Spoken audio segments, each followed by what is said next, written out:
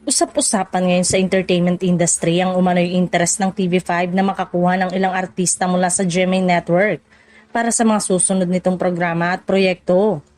Bagamat wala pang opisyal na kumpirmasyon, maraming netizen ang nag-uugnay nito sa patuloy na kompetisyon ng mga malalaking television network sa bansa.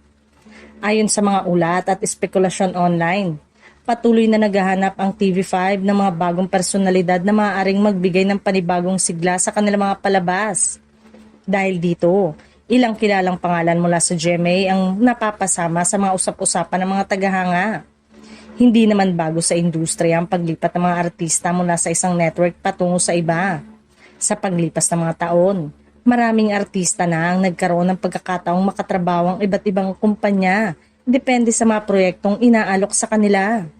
Samantala, nananatiling tahimik ang mga artistang nadadawit sa mga naturang balita.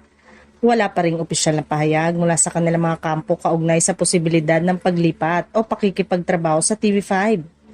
Patuloy namang pinapalawak ng TV5 ang kanilang lineup ng mga programa bilang bahagi ng kanilang layunin na makapaghatid ng mas maraming pagpipilian sa mga manonood. Isa ito sa mga dahilan kung bakit patuloy silang nag-e-explore ng mga bagong talento at oportunidad.